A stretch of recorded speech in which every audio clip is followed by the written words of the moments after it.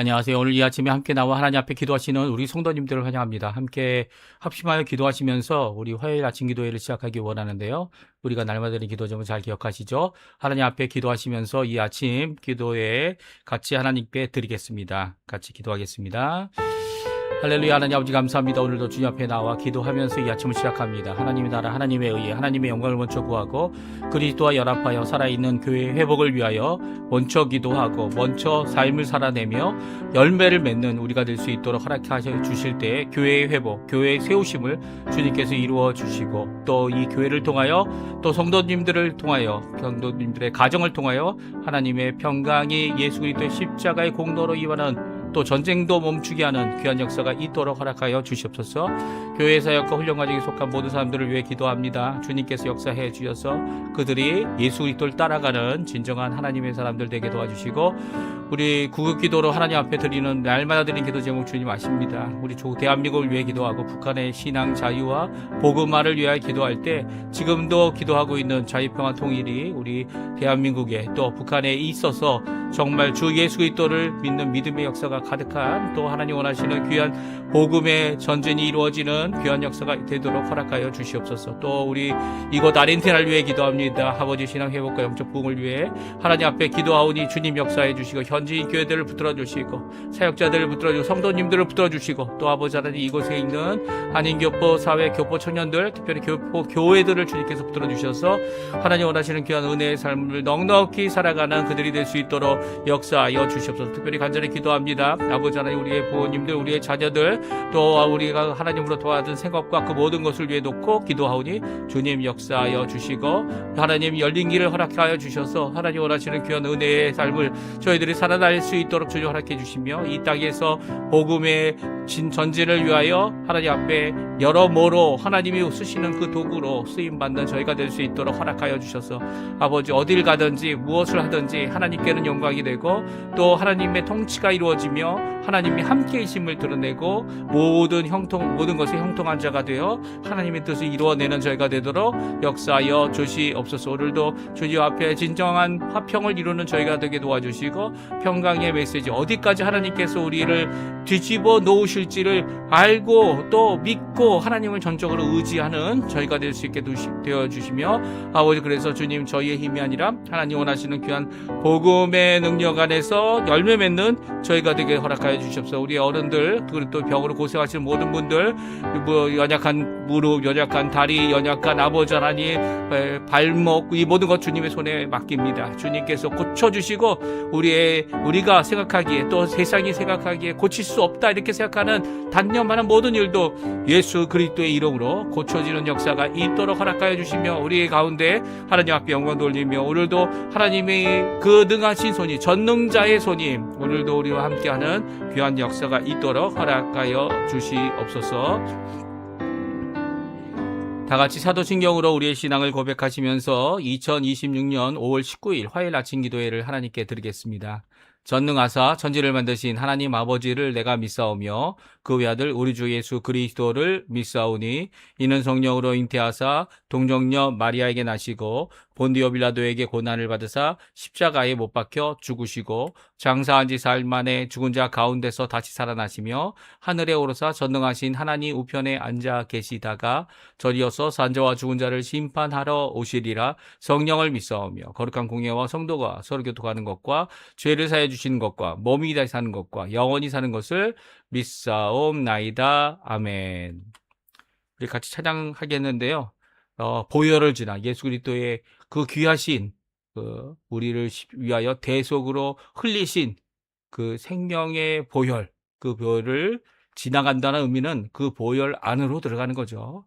그리고 또 그 보혈을 통하여 들어가는 거고 하나님의 나라에 들어가는 우리의 삶 되게 해달라고 오늘도 그 보혈의 능력에 하나님 원하시는 귀한 삶 살게 해달라고 하는 귀한 고백의 찬양입니다. 우리의 연약함을 우리의 죄악됨을 우리의 원수됨을 하나님 앞에 내어놓고 기도하는 이 찬양 우리 함께 같이 부르겠습니다. 보혈을 지나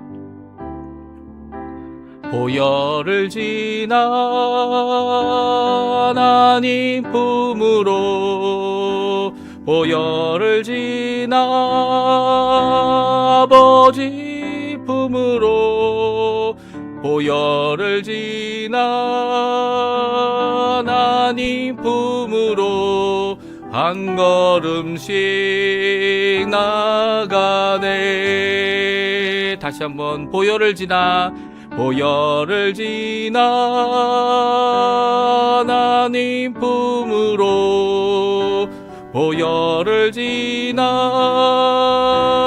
아버지 품으로 보혈을 지나 하나님 품으로 한 걸음씩 나가네.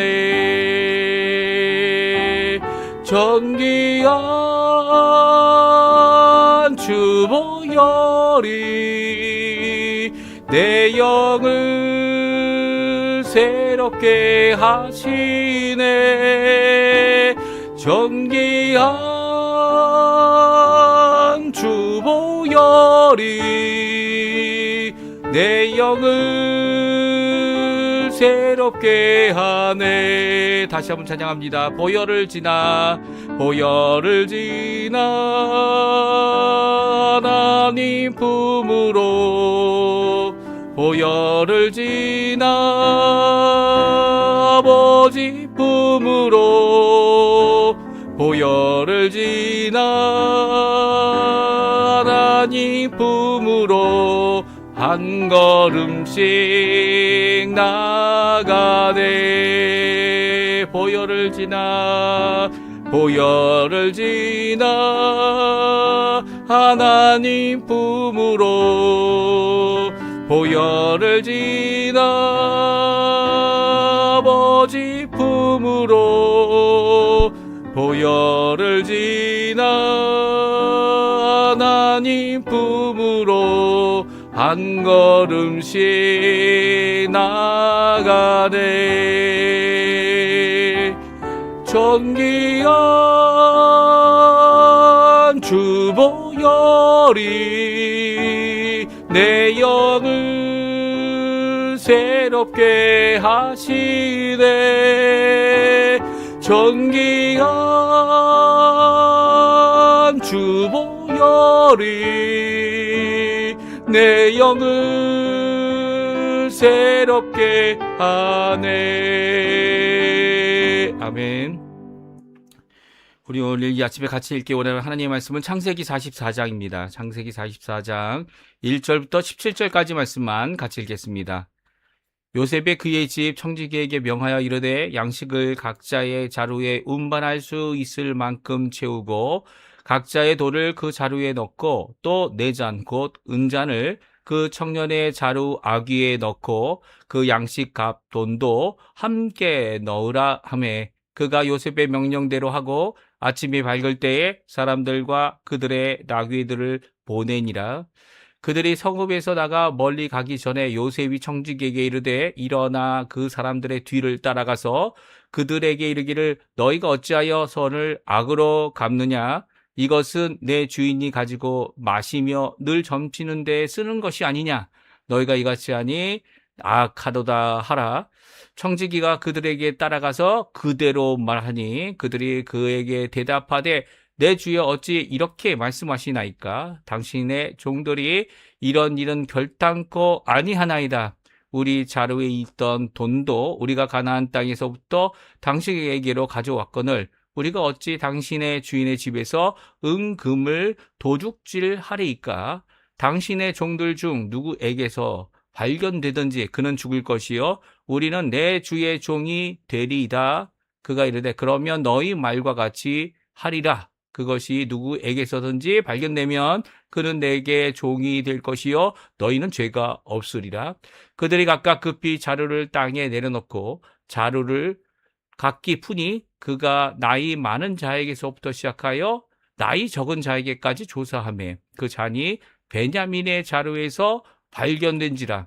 그들이 옷을 찢고 각기 짐을 나귀에 싣고 성으로 돌아가니라. 유다와 그의 형제들이 요셉의 집에 이르니 요셉이 아직 그곳에 있는지라. 그의 앞에서 땅에 엎드리니 요셉이 그들에게 이르되 너희가 어찌하여 이런 일을 행하였느냐? 나 같은 사람이 점을 잘 치는 줄을 너희가 알지 못하였느냐? 유다가 말하되 우리가 내 주께 무슨 말을 하오리까? 무슨 설명을 하오리까?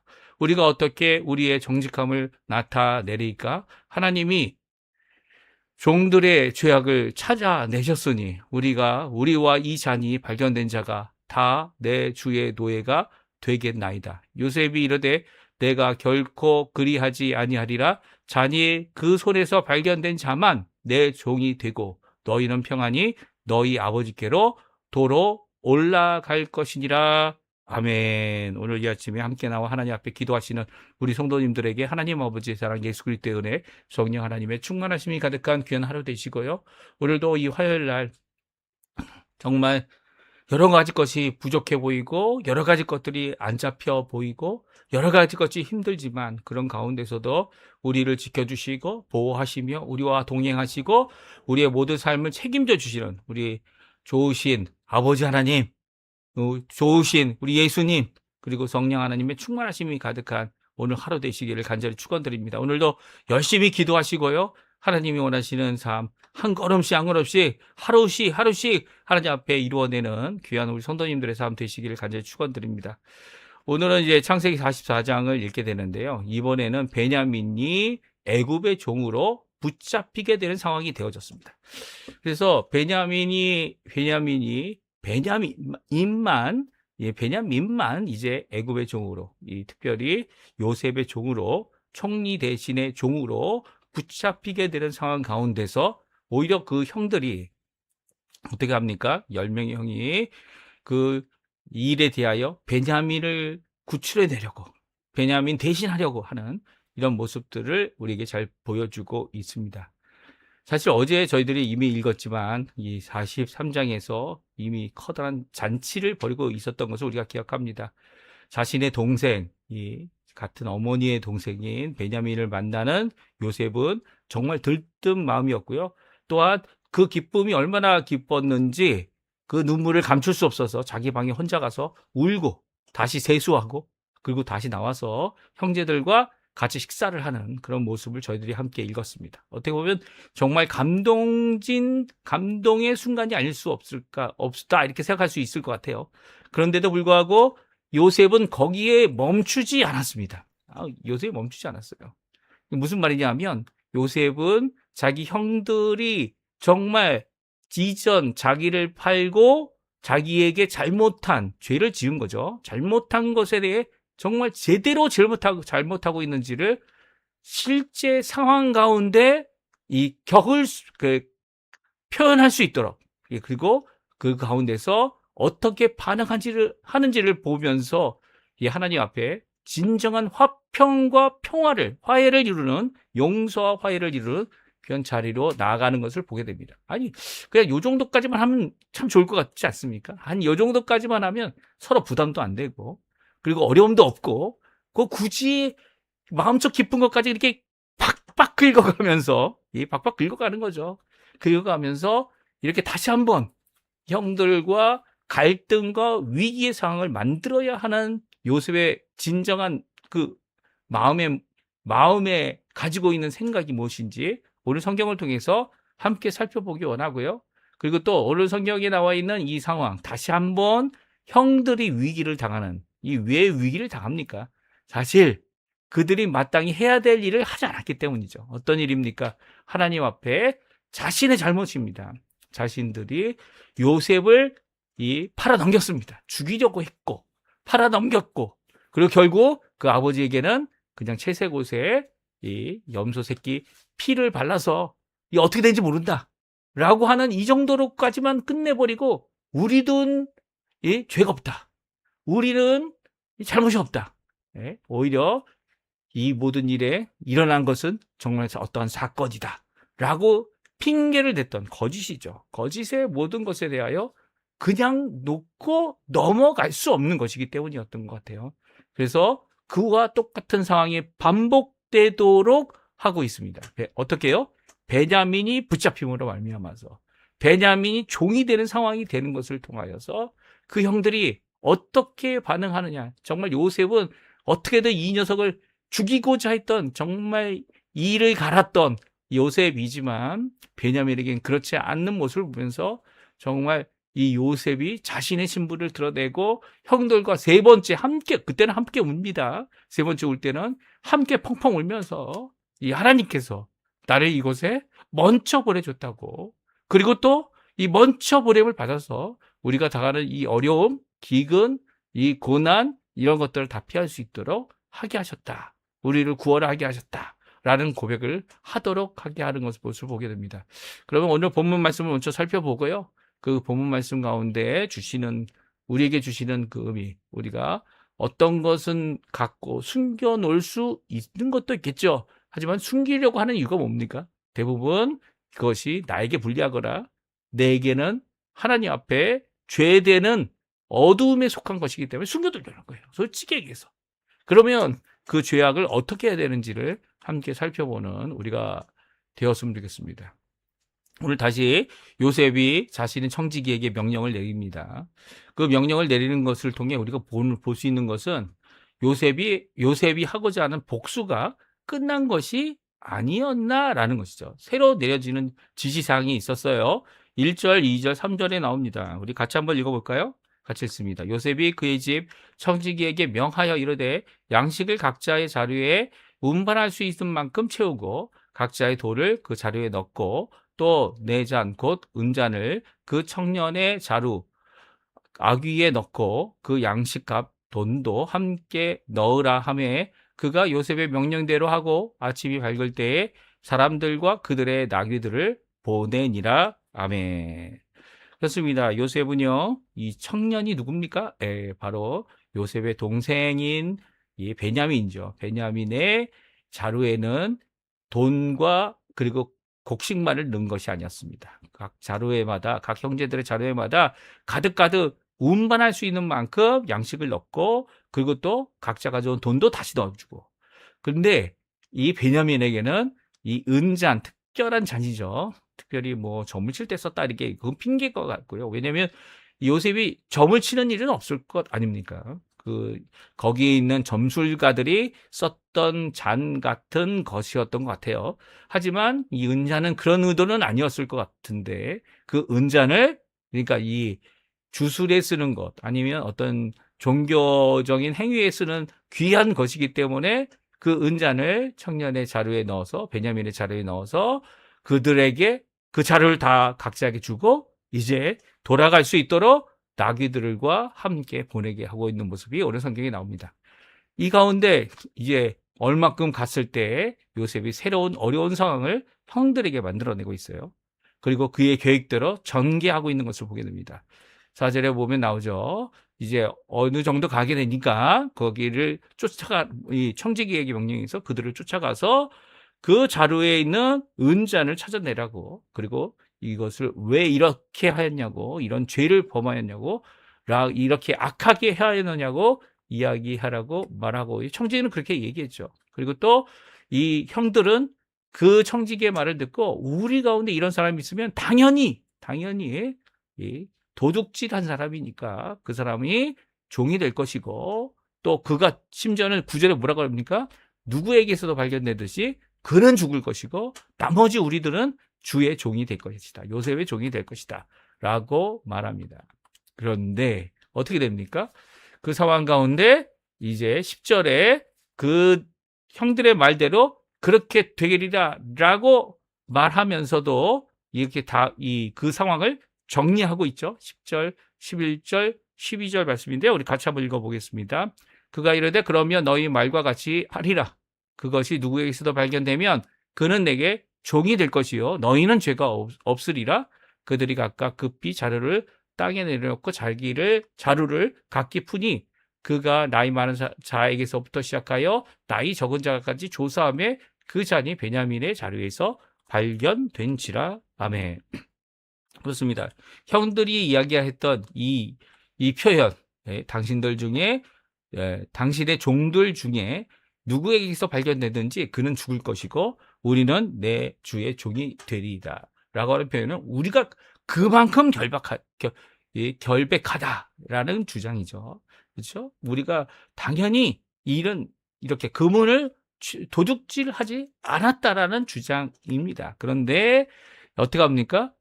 그렇게까지 너희들이 다 종이 될 필요가 없고 죄 있는 사람만 종이 될 것이다 라고 이것을 정리하고, 그리고서 이 청지기가 요셉의 명령대로 찾기 시작합니다. 그리고 또 이 청지기가 넣어둔 대로 베냐민의 자루에서 그 잔이 발견됩니다. 이 발견되는 이 상황 가운데 그들이 옷을 찢고, 형들이죠, 각기 짐을 당겨 싣고 베냐민과 함께 돌아오게 됩니다. 그리고 유다가 요셉의 집에 이르렀을 때 요셉은 아직도 그 집에 있었죠.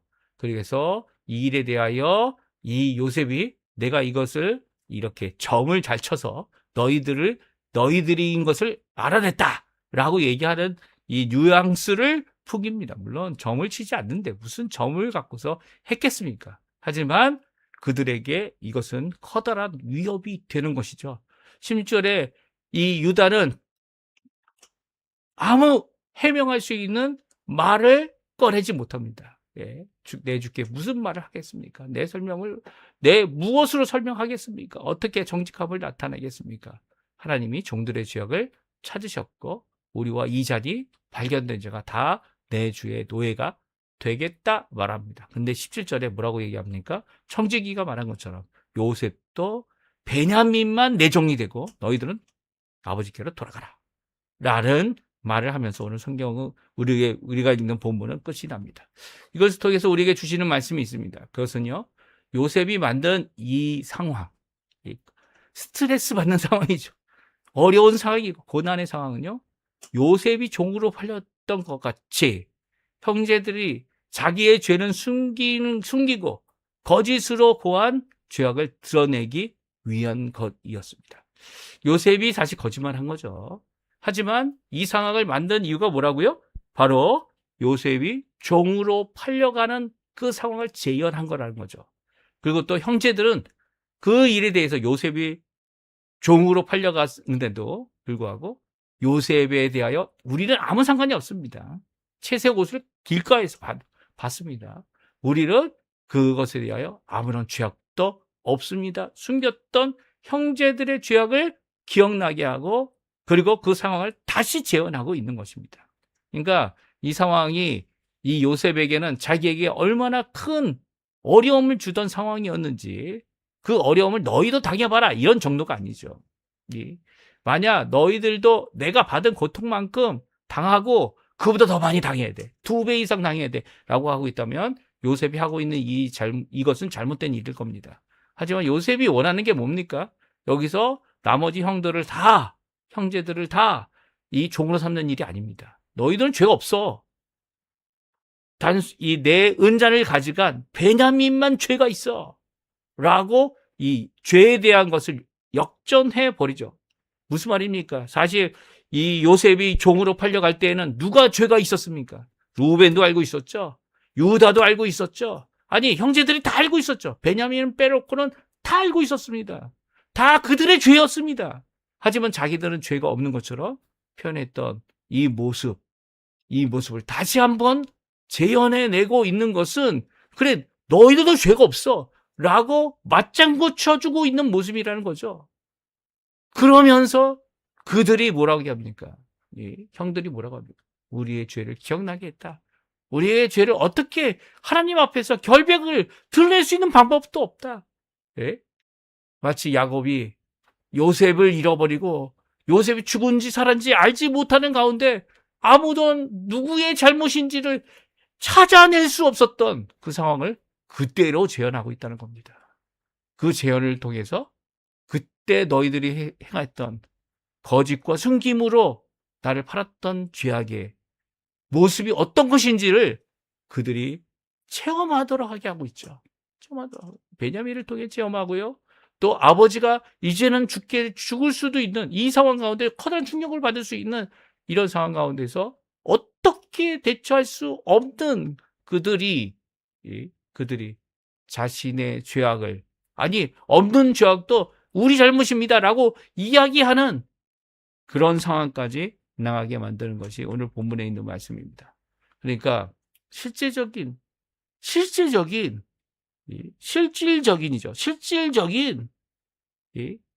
피해와 아픔과 고통과 그리고 거기에 대한 잘 죄악을 제대로 드러내기 원하는 것이 요셉의 모습이라는 겁니다.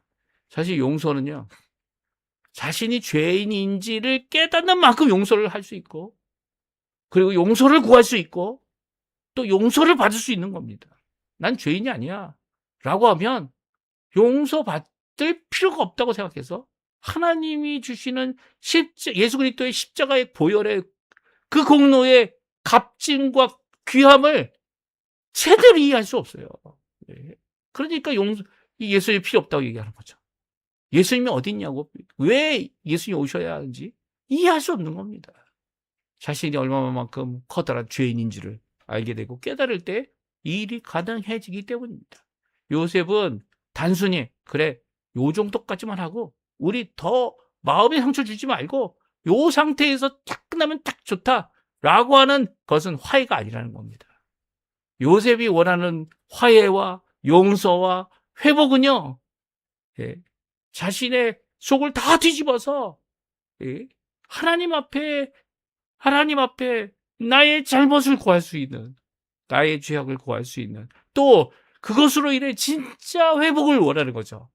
그 두리뭉실, 요것도 조금 숨겨놓고 요거는 뭐 나중에 얘기해도 되겠지, 요거는 이제 하지 말아요, 이 정도가 아니라는 거예요.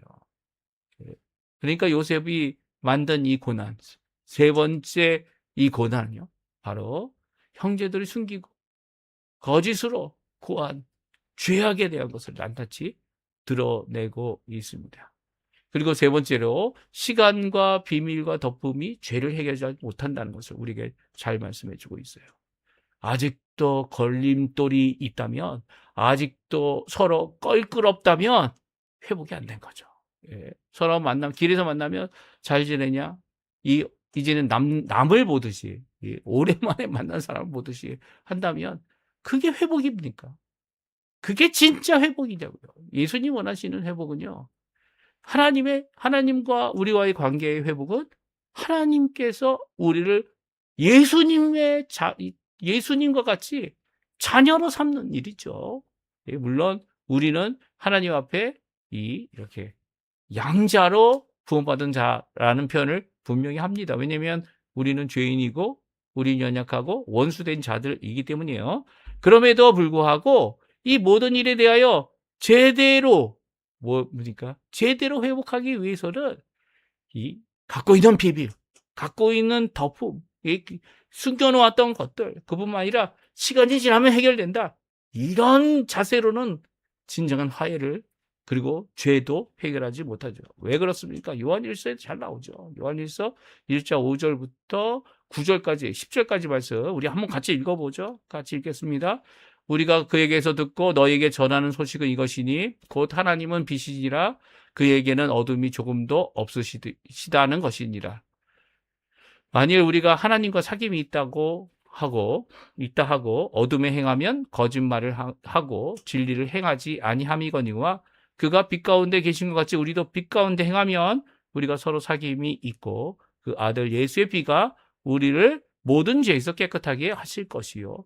만약 우리가 죄가 없다고 말하면 스스로 속이고 또 진리가 우리 속에 있지 아니할 것이요. 만약 우리가 우리 죄를 자백하면 그는 미쁘시고 의로우사 우리 죄를 사하시며 우리를 모든 불의에서 깨끗하게 하실 것이요. 만약 우리가 범죄하지 아니하였다면 하나님을 거짓말하는 이로 만드는 것이니 또한 그의 말씀이 우리 속에 있지 아니하니라. 아멘. 그렇습니다. 여기에 분명히 말씀하시죠. 죄에 대한 문제는 하나님 앞에 드러내고 하나님 앞에 자백하고 그리고 말로 고백할 수 있어야 하는 겁니다. 우리 고백하는 이 자백이라는 표현이 나 혼자 하나님 앞에만 드리는 것이 아니라 이 일에 대하여 다른 사람들, 관련된 사람들에게도 말할 필요가 있다는 것, 의미에 함께라는 의미가, 그 가치라는 의미가 이 자백 아래, 그리고 말한다는 의미 안에 들어가 있습니다. 그럴 때 하나님께서 죄인됨을 고백하는 자들마다 우리에게 어떻게 한다고요? 그는 미쁘시고 의로우셔서 우리 죄를 사하시며 우리의 모든 불의를 깨끗게 하신다는 거죠. 이런 변화가 없이는, 이런 회복이 없이는 진정한 화해, 진정한 용서까지 이루지 못하는 겁니다. 이 요셉은 이 일이 일어나기 전까지 자신의 모습을, 자신의 정체를 드러내지 않습니다. 나는 요셉이야. 형들이 팔았지만 형들이 한 것이 아니라 하나님이 한 것이었어. 라고 하는 말을 내뱉기 위해서는 그들이 갖고 있던 죄악들을 다 내어놓고 용서를 구하는 진정한 변화의 모습이 필요하다는 거예요.